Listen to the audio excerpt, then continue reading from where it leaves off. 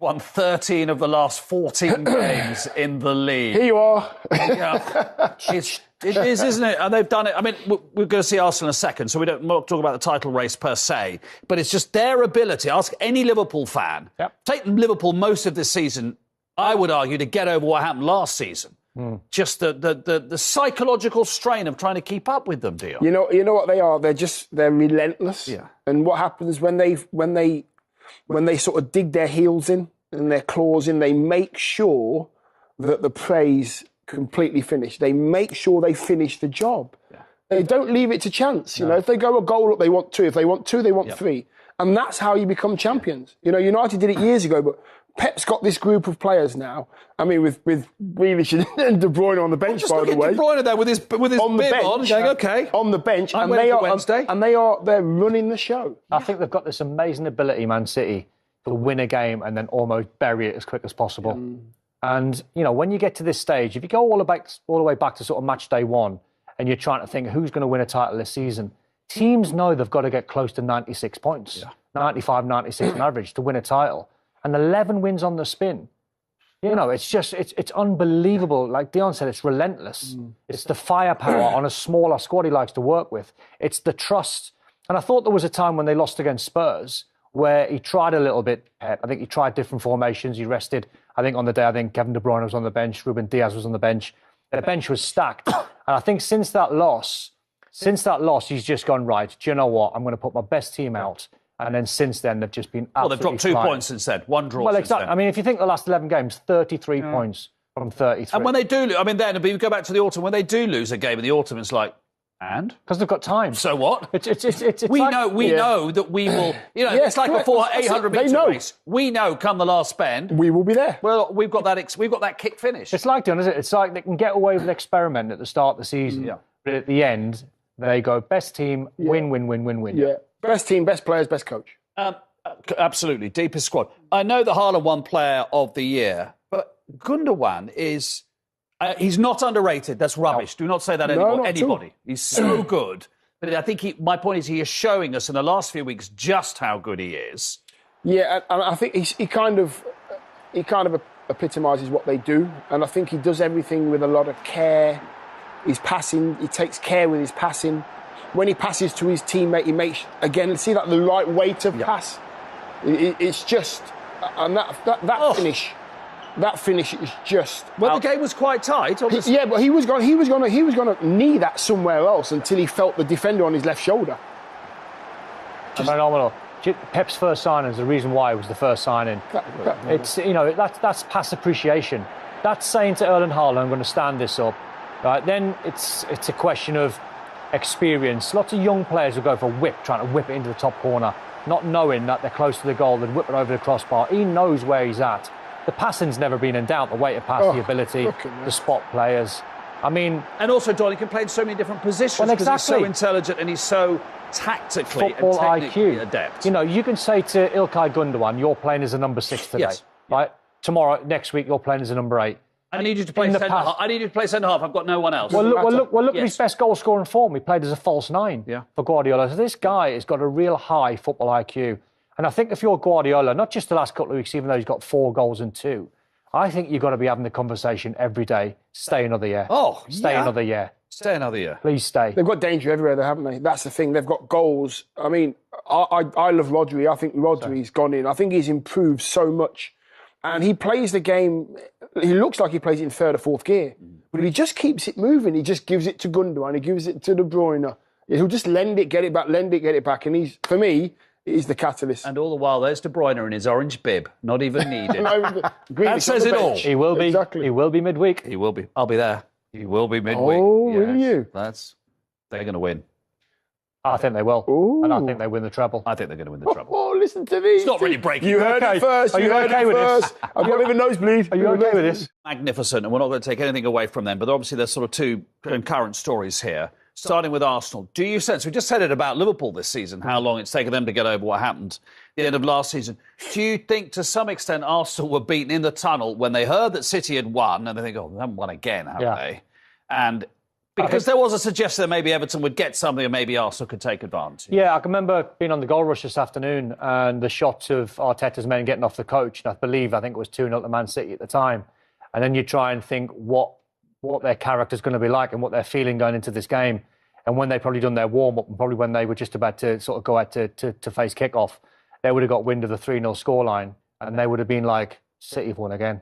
They're just relentless, Man City. So for Arsenal, I think it was a test of their character. I think to answer your question, yes.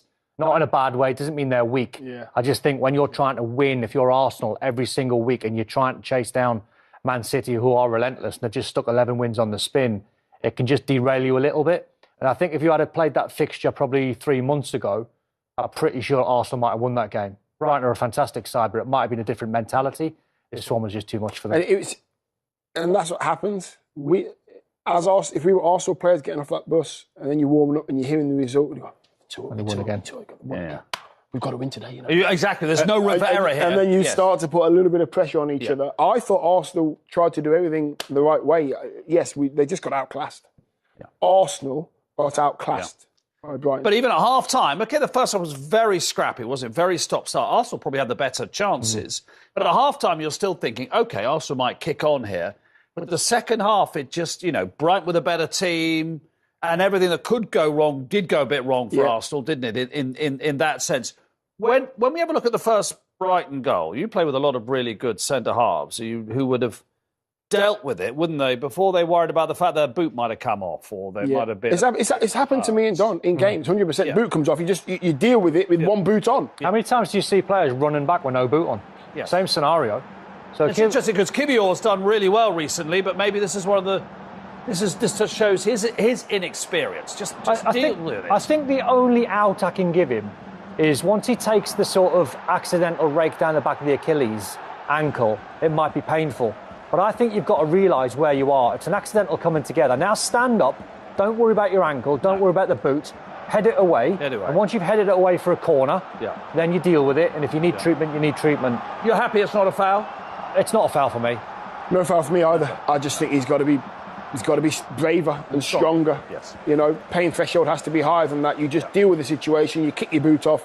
You deal with it. You head it away. You clear the danger. No goal scored. Then you go, and that's it. That's how you deal with it. You don't go on the floor. You're under pressure. You've seen midfield players do it when a boot's come off and they're tracking back and they're running. Booting around. With booting around. You just got to deal with the scenario that you're in. Even though it's for a microsecond, get up now. You must know. Because he's there and see so. Exactly. So you must know because you're in your 6-yard box. If you're Kivior, you must know danger's not over yet. Yeah. Don's right. That's painful. Let's get it right. That would have been painful. However, deal with the situation first. It's just, and that's another problem. You go down and you think, well, I'm gonna get a free kick here, or the referee's seen that, I might get away with it. The ref might give me a free kick. It doesn't work like that. It doesn't work like that. If I say there's another good Brighton signing, that's pretty superfluous because they're all good signings. Amazing. But then Cesar's a really good player, isn't he? Amazing. I mean, they find them, don't they? Yeah. I mean, I think I heard Steve Parish saying the other day they're doing something that none of us are aware of. They've got an algorithm that none of us understand. No one in the Premier League are aware of what Brighton's doing. And whether it's data, whether it's analysis, whether it's one-on-one sort of player scouting ability, as in travelling around the world and actually visibly watching players, they're doing something that's incredible. Every single player that you can mention, they're all doing amazing jobs for next to nothing. So that's the next test for Brighton. Can you keep it going? If you do sell McAllister, got Borna Neto to come in, or you got Enciso, you got loads of different players. You sell Caicedo. There's every chance I'll sell. I mean, they've done that one. Estupiñán, I think, could play for Man City or Liverpool. I think he's that good. So be prepared for some bids to come in. But they've proved when they signed Estupiñán for £17 million, they sold Cucurella for 65. They've got some network there. They've got some ability. Yeah. I just like watching them play. They do everything well. I mean, today, for instance, their bravery on the ball. They smash the ball into each other, then they take it in and they hold off their man, and they're happy to take the ball under pressure. And the other bravery as well, isn't it, from De Zerbi? Today, that's what he wants to do. Today they played more long balls than they've ever played, I think, for any game I've seen Brighton this season. So they recognise that Arsenal's weakness is they're trying to squeeze high up the pitch. Why not turn them around? You talk about the bravery. So a lot of teams 1-0 up in the 86th minute would have gone, OK, we have what we hold, and we'll sit in here. But with the second goal, you can see that Gross is still pressing, isn't he? Yeah. He's pressing Trossard, and Trossard gets it wrong. He tries to play it round the corner. Bad ball. It's lazy, isn't it? From Trossard. Bad ball from Trossard. We've seen Thomas Partey do that against West Ham. Yeah, when you play in that position, I've played this position, you can't flick that ball around the corner. That's a flick you try in the final third. You have to secure that ball. When you're 2-0 up. You've got to secure it, that's the word. Just going back on De Zerbi and what he thinks and what his philosophy is, he's always said it, whether he's been at Shakhtar, whether he's been at Sassuolo, he'll always say to you, and he'll always tell everyone, he'd rather his teams lose 4-3 than win 1-0 playing horrible football. So that transmits to the players. So at 1-0, instead of going, be on back foot last 5 minutes of defence. They say, no, go and play, get the second. And you can hear him saying that, can't you? Go play all the time. It's great. Gives you confidence as a player. And by deep into stoppage time, Arsenal had completely gone. And the crowd had gone, which was disappointing because the young team actually deserved the crowd to stay with them. I think they knew that. After this season as well. I know, but after the season that they've had, I think the crowd, agreed. Easy for me to sit here and say this, drink a cup of tea, but the crowd I think as well, not just the footballing side, the physical side of the game, Brighton... Yes. Made Arsenal take a step back as well. And I mean, look at that. 2 players there. Yep. Just very, very well organised. Danny Welbeck there, fighting players off. Crowd doesn't look good, does it, like you said, Mark? No, stay with them. They've had an amazing season. I never got the feeling, though, that the Arsenal fans sort of turned against the team or were devastated. I think it was just they've lost bad players through injury. At a difficult time in the season where Man City have kicked on. They got outplayed today. I disagreed with Mikel Arteta's analysis after the game when he was talking about the number of fouls. I thought the best team won by a mile today. But they got out everything today. It wasn't just outplayed, they got out strength, out fought. Everything about Brighton today was so much better than Arsenal. And Arsenal have been the best team this season for 90% of it. And now they're just dropping their guard and they've got City chasing them and they don't like it. I don't think I'm being condescending when I say, for Arsenal fans, you are the second best team in the country. That's still amazing. Yeah. Still amazing. The 5th best team It is amazing, but the situation that Arsenal fans were in is the disappointing side. That's why they felt as though they had one hand on it. That's why they were, because they were so close. It was yours, and then those three draws. At the risk of repeating myself, which is quite a common thing, Liverpool were 10 minutes away from lifting the title last season, weren't they? This is Manchester City we're talking about. And even they're this great big behemoth, which I hear. And then, oh my word, they're in front of us. But even the last day of the season, Aston Villa, Man City. That's what I'm saying. They were 10 minutes away from winning it. And then all of a sudden, Gundogan pops up and they win the game. They could win. This time next week, we could be talking about Manchester City having won the title because this is the chronology of this week. Arsenal, Nottingham Forest. So that's Saturday tea time, UK time. And if Arsenal draw and Man City avoid defeat on Sunday against Chelsea, City win it. If Arsenal win and Man City beat Chelsea, there we go. I think you can look at all the permutations, but just look at the points 4 in front with the game in hand. Yeah, exactly. Sorry to say, but the title's over. Yeah. Yes. Agreed. There may be lots of turning points. I would suggest that Saliba's injury is right up there. Definitely. I think not only did he have an impact on the players playing in front of him, I think his mate Gabriel suffered without Saliba being there. Gabriel, I think, is a centre-half that likes to get touch tight and very aggressive, whereas Saliba's pace in behind. I think they make a great partnership, and you can see there twice as many goals without him. Yeah, you start to create patterns of play when you've got partnerships that are working. 2 centre-halves are working so well. Saka and Martinelli have been working really well. Odegaard's been working really well with Xhaka.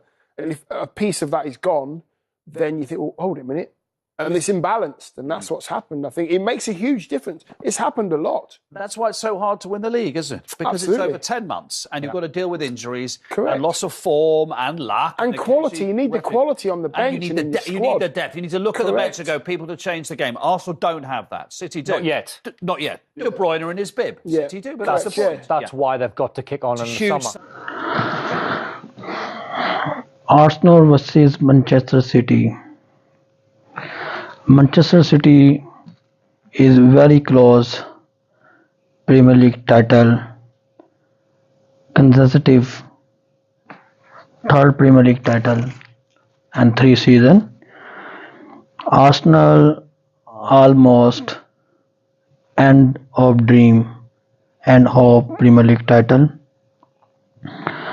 Arsenal shock tonight is very disappointed match.